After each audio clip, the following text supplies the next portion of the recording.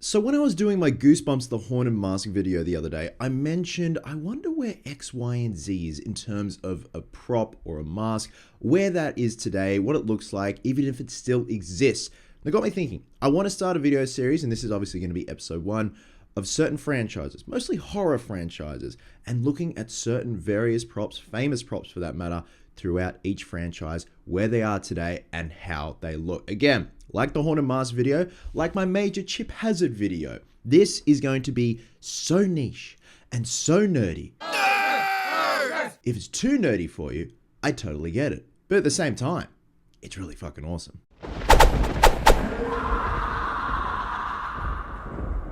Hey guys, welcome back to a brand new video here on the channel. And yes, today we are going to be looking at some screen-used Nightmare on Elm Street props. We're mostly going to be looking at listings from the prop store. Some of them have sold, some of them have not sold. We're going to see what they sold for, what ungodly amount they sold for. And at the end, I have a bit of a bone to pick with the prop store. They kind of got to get their shit together and get their facts right. Because I did a bit of detective work and found something was wrong with the listing. Severely wrong. A bit of misinformation. But that'll be at the end of the video. Now, before I go any further, I also do highly recommend checking out Sean Clark's YouTube channel. He has an array of screen-used Elm Street props, not just Elm Street, other horror franchise. He is the godfather of horror. He runs a convention company where he looks after stars that are going to conventions and stuff like that, and his collection is absolutely incredible. And just recently, he came into possession of a few screen-used and screen lineage Freddy vs. Jason pieces, which is really cool. So I'll leave the link to Sean's channel down below. Now, before we look at certain props, I just want to go over some certain props that are long gone, have never surfaced, that I would love to see. Most notably, the Nightmare on Elm Street 3 Dream Warriors Hero Glove and the Freddy's Dead The Final Nightmare Hero Glove. I would love to see what they look like today. There is one glove we're going to be looking at that was from Freddy's Dead that I'm pretty sure utilizes the same templates as the Hero, but it looks vastly different. But at the same time, it's cool because it's the closest we've gotten so far to seeing what the Hero could look like today. Along with that, the Part 1 fedora or fedoras. I'm pretty sure at one point, not only did they use a fedora, but they also used a Homburg. And obviously throughout the series, you got your pants, your boots, and I've seen pants and boots pop up from Elm Street 5, Elm Street 6, Freddy vs. Jason. When Freddy vs. Jason came out, the New Line auctions were ridiculous, which is a perfect segue. I used to own a screen-used Freddy vs. Jason sweater, most notably the one-arm sweater, from when Freddy's arm comes off and then it pops back out. This is one of the sweaters that they had on standby. And just for transparency, I bought this thing back in 2012 when the USD and the AUD were dollar for dollar. So I paid $4 grand for this thing, $4 grand USD, $4 grand AUD, and it was such a time to be alive when everything was dollar for dollar. I had it for about a year and then finances came up, bills came up. My old car was on the fritz. So I sold it. I sold it to a friend of mine who still has it in their possession to this day, and I regret selling it like there's no tomorrow, but at least I know it's in a good home. And of course I had to get a photo of me wearing it. That's a tight sweater. Probably was a tiny fella in Freddy vs. Jason. But yeah, nonetheless, it was so cool to have. I had the certificate from New Line Cinema from the original auction when New Line auctioned off all the costumes when Freddy vs. Jason was about to come out. It was so cool and such good quality too. Like, I can officially say I've worn a screen-used Freddy Krueger sweater. It's very cool. So like I said, these listings come from the prop store because they have the best quality photos. But like I said at the beginning of the video, I have a bit of a bone to pick with them. But we will get to that in due course. We're going to start off with the dentist drill glove from Freddy's Nightmares. This is such a niche but awesome prop. It only shows up in the second episode of Freddy's Nightmares because it's part 1, part 2, no more Mr. Nice Guy, and that's essentially what it was supposed to be about, the whole show. But then it became this anthology series. But it is about the backstory of Freddy Krueger. And we see at the end, he straps down the dad, the cop, and he has the dentist drill glove and drills his mouth out until he dies. Now, if we zoom in, and what I love is you can really zoom in, watch this. Oh, Jesus. So just going to zoom out just a little bit, but look at that. How cool is that? I love that this is all crude. This is like a Dremel piece. This is a scratch-made piece here. You can see where they've soldered it, or sorry, soldered it together. This on the ring finger looks absolutely brutal. Now, this is all paint. This is what they use. This is all paint. This is a Wells Lamont 1178 glove. Now, if we go along here, I'm going to zoom back out. But you get some great angles. Now, what's interesting, if I go back and zoom in, and now it's going to zoom really in. We're going to zoom back out just a little bit. There we go. If we go up, you can see here that the ringlets here are actually part of the armature, which usually, you know, you have your ring separate, but in this case, the ringlets are separate here. They're separate there, but actually they come around, but they are part of the armature, or of the finger stalls for that matter, on certain pieces. And they also have extended the leather glove because they've got to have all the motors and stuff in there that was sit on top of Robert's fingers. And there you go. There's that crude piece there with the soldering and everything. It's just so gnarly to look at. Look, you can even see pieces and remnants of the Sharpie on the copper. I love that. Now, this is obviously a corkscrew that they've jammed into a brass rod. Like, I love stuff like this. It's them just like kind of thinking on the fly, how can we do this? And it does come with the original battery pack. Beefy Boy Burgers. Now that made an appearance in Freddy's Nightmares. And I had to Google that at first because I totally forgot about the Beefy Boy Burgers thing. But that's the original battery pack, which is really cool. See the wires going up into the glove. And then they match it up and marry it up with the screen grabs there, the screenshots. Now there also is a GIF, if we go down, of it still working. Look at that. How cool is that? It still works. Now this sold for £18,750. So general rule of thumb, for Australian dollars, you double it. So that is ridiculous. Like that's a shitload of money, man. Moving along, and this is an interesting one. This sold for £100,000, so roughly about 200,000 AUD. This is a production-made glove from A Nightmare on Elm Street 3 Dream Warriors. This isn't the hero glove. This was made for production, and this is a bit of a baffling one. How could something that apparently didn't get screen time, as far as I know, go for so much? This is crazy. Again, not the hero, not even utilizing the same make and model leather glove. I'm pretty sure that's a Stanley leather glove. You could get them back in the day. And the aesthetic is somewhat familiar to the Part 3 hero. When it comes to the stalls, the backplate's a lot flatter on the original hero Part 3. But going through, like, it is a cool looking glove. It is just insane the amount that it's sold for. Now, if we zoom right in, these guys have been brazed on. The blades have indeed been brazed on as opposed to just regular solder. But yet that does look like a Stanley leather glove. So it just baffles me that collectors will pay for this, not exactly knowing what they've got and who made it, what scenes it appeared in for that matter. But all these lovely close-ups, and it has aged beautifully. But if we move along and see what screen caps, actually if I go back, I love seeing stuff like this. Just like little remnants of the paint and everything, just beautiful up close detailed shots. Nice up close shot of the blade again. Now if we go and see what screen grabs, okay, that is not that glove. That is actually, I'm pretty sure, a plastic stunt glove for Part 3. Backplate looks different. So that's an incorrect screen grab first off. So actually, no, that's my first bone to pick with the prop store. That's the same stunt glove. And at one point, the blade, the index blade came off there when he was fighting Taran. Now that is actually the Part 3 hero, where he's holding Kincaid. That's the Part 3 hero right there, not the glove that we're looking at here. Another shot of the Part 3 hero. That is not this particular glove, and it actually looks like the index finger has come off that plastic glove. So yeah, bit of misinformation, but a very interesting one given how much it's sold for. That is so much money. 20 bids, my God. Next up, and this is the one most of you will know about, the original Part 1/Part 2 hero glove. It actually did not sell. The reserve or the estimate was 200,000 to 400,000 pounds. So it was edging near towards $1 million AUD, what they're expecting to get. And unfortunately, they didn't get it. So as far as I know, it still resides at the prop store. But I love just how detailed these shots are if they feel like loading. And this is where I zoomed in at one point, and you can see the Case XX P210 logo on one of the blades. If we zoom in on this particular one, I know it's this one. We go up, you can see Case XX right there. And those are the knives that they used. Now, unfortunately, this is not the original leather glove. The original leather was long gone when this was found. This was actually originally on an auction site listed as a prototype or an unfinished glove for a Nightmare on Elm Street 5, and it sold for, I think, $600. Mike Becker, who then came into contact with it, said.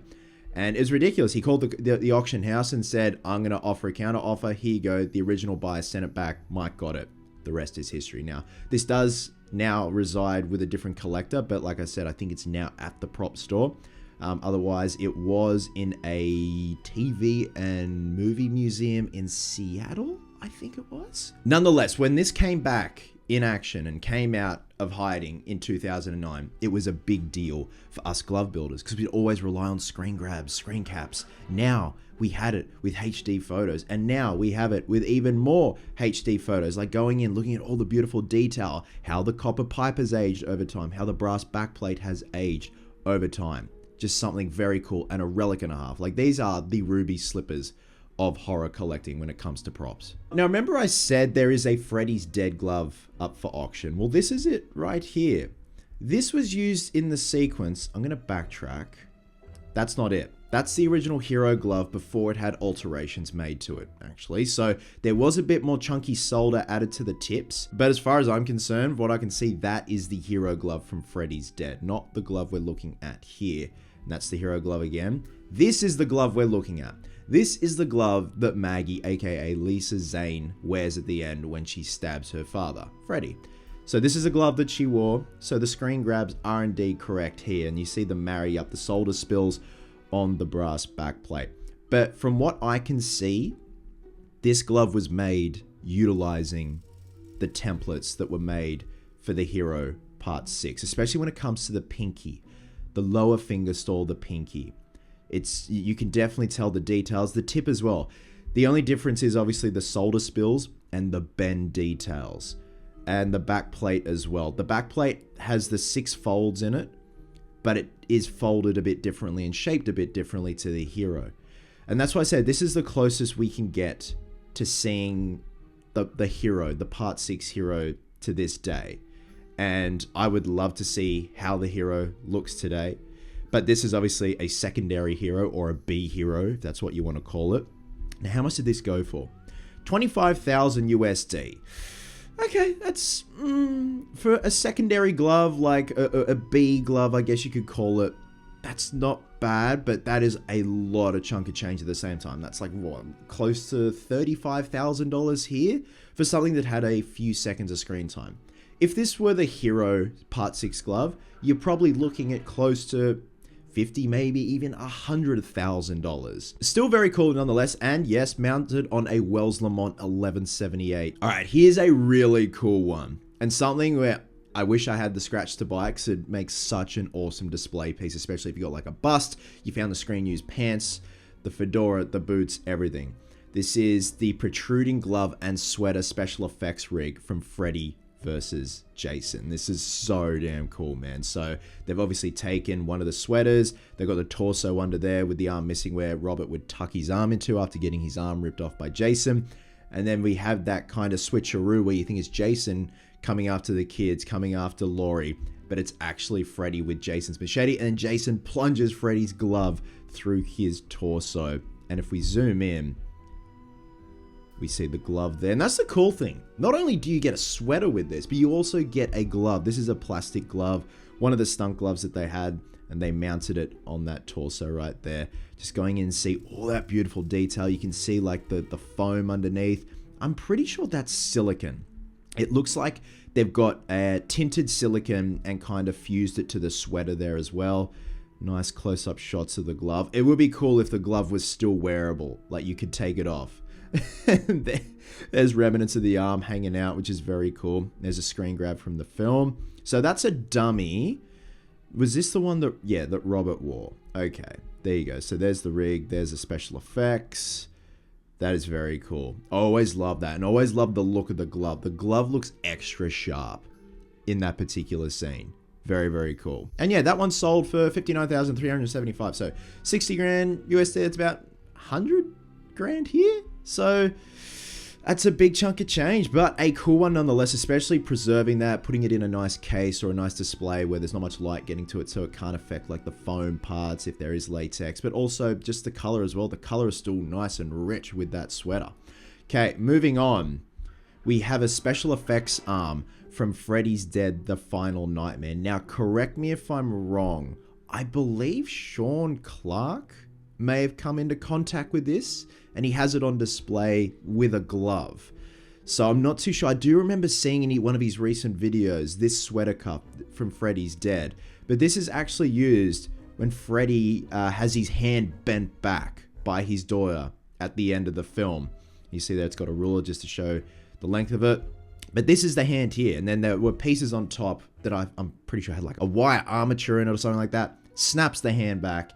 And obviously it's like a stand-in hand, which is pretty cool. Like, it's a nice little piece, but it's such a memorable moment at the end of the film when Freddy and Maggie are beating the absolute shit out of each other. And the fact that it comes with remnants of one of the sweaters from the film, very cool. Next to the Freddy vs. Jason sweater, I had a chance at one point to get a screen-used Freddy's Dead sweater. And Joe, who bought my screen-used Freddy vs. Jason sweater, bought that sweater as well, which is really cool. So I would have loved to have snagged the Freddy's Dead sweater, but that cost a lot more. But still very happy to have the Freddy vs. Jason sweater nonetheless. Now, how much did this sell for? £2,812. So like 5-6 grand here. It's still a lot, but you know, not bad at all. If I had that hanging around, I would definitely love that in my collection and put it in a nice little case. Now, second last, we have a fedora from Freddy vs. Jason. Now, what I love about this, if we go to the inside of the brim, it says Edie's Hats of Vancouver. That's what I love when you see tags of the brand or where the piece has come from. Because that way, you can put your thinking cap on or your thinking fedora on and do a bit of research, do a bit of detective work. So this is a screen-used fedora, one of the fedoras. Now, this sold for £18,750. It's a lot for a fedora. But like I said, on the inside it says Edie's Hats of Vancouver. I did a bit of research and looked up Edie's Hats. They no longer trade under the name Edie's Hats. It is now the Granville Island Hat Shop. And I was looking through and I came across this particular fedora that does indeed come in a brown. And I thought, I wonder if that is the base fedora that they used. But I asked a buddy of mine, Charles, who has a lot of screen-used Freddy vs. Jason pieces, Freddy and Jason, and he has a fedora. And I asked him, dude, did they make these custom for the film or were they pre-existing fedoras? The going word is they were all custom made for the film. They had like 12 or something made for Freddy vs. Jason. Locally sourced, of course, because they filmed Freddy vs. Jason in Vancouver, in Canada. But this fedora does have a striking resemblance, especially this shot here. It's more or less looking at the crown and the brim and stuff like that. If steamed and shaped properly, it could look pretty damn close to this fedora. But again, I love seeing like pre-existing labels and brands and stuff like that on screen used props. Now, remember I said I have a bit of a bone to pick with the prop store. Well, I had a bone to pick with the Part 3 production glove, but this leads us to our last piece we're going to be looking at. A Nightmare on Elm Street Part 2, Freddy's Revenge, Freddy Krueger, Robert Englund makeup appliances. These are appliances that have been applied to Robert at one point, and after that, the appliances are useless. You cannot reuse them. So someone salvaged some pieces and had them mounted on a foam casting, or a face casting for that matter. Not necessarily of Robert. Now, this states that is indeed the Part 2 makeup. And it does look a little bit like the Part 2 makeup for that matter, especially when it comes to like the brows and the nose and stuff like that. But here's where my issue is. If we go to these screen grabs, it's not the Part 2 makeup that they're marrying it up to. They're saying it's also the Part 3 makeup, which is vastly different to the Part 2 makeup. Again, this is where we're going to get real nerdy, guys, so buckle the fuck up and tip your fedoras. So they're using Part 3 screenshots when in the listing, the heading, the title, it says Part 2. It's neither the case. I did my research. It's actually the Part 4 makeup. So I put these two photos side by side from the auction and a screenshot, a behind the scenes / promo shot from Nightmare on Elm Street 4. Look at these details here that marry up to Robert in the makeup from Part 4. The wrinkles here under the left eye, or on top of the left eye, sorry, marry up here. Even details here. We've got this little squiggly part here. That little squiggly part right there. even this little part here on the nose, you see it there on the nose. Now this piece was unsold actually, 4 bids, but the estimate is 5,000 to 10,000 USD. So that is my bone that I have to pick with the prop store, and they've been known to do that in the past, where they have misinformation and people are spending tens of thousands, hundreds of thousands of dollars on screen used props, or quote unquote screen used props. I've seen it happen with Batman pieces before, like a Keaton belt. There was misinformation at one point. They were stating a screen used piece was screen used, but it was actually a replica. But not only did they say it's one thing, but they used photos from another production, but in actual fact, the piece is from A Nightmare on Elm Street 4. So I'm probably gonna have to message these guys and be like, this is going on. Obviously it's unsold, which is great. If it had a sold, then you got a bit of a big issue on your hands right there. And there you go, guys. Those are some screen used Nightmare on Elm Street props, where they are and how they look today. Again, I want to have a video series like this, whether we do Halloween, Texas Chainsaw Massacre, Child's Play, Hellraiser, looking at some screen used props from certain franchises and how they look today. With that being said, if there was one prop, not necessarily a glove, but one niche prop from Elm Street that you could have, drop a comment below and let me know your thoughts. If it were me, like obviously I'd want all the screen used gloves, 100%. But if it were up to me, I think like the original, final, signed off busts of Robert's Part 1 prosthetics. The one that Wes looked at with David Miller, the makeup artist, and said, that's the one, lock it in, let's start filming. Love you guts, and I'll catch you in the next one.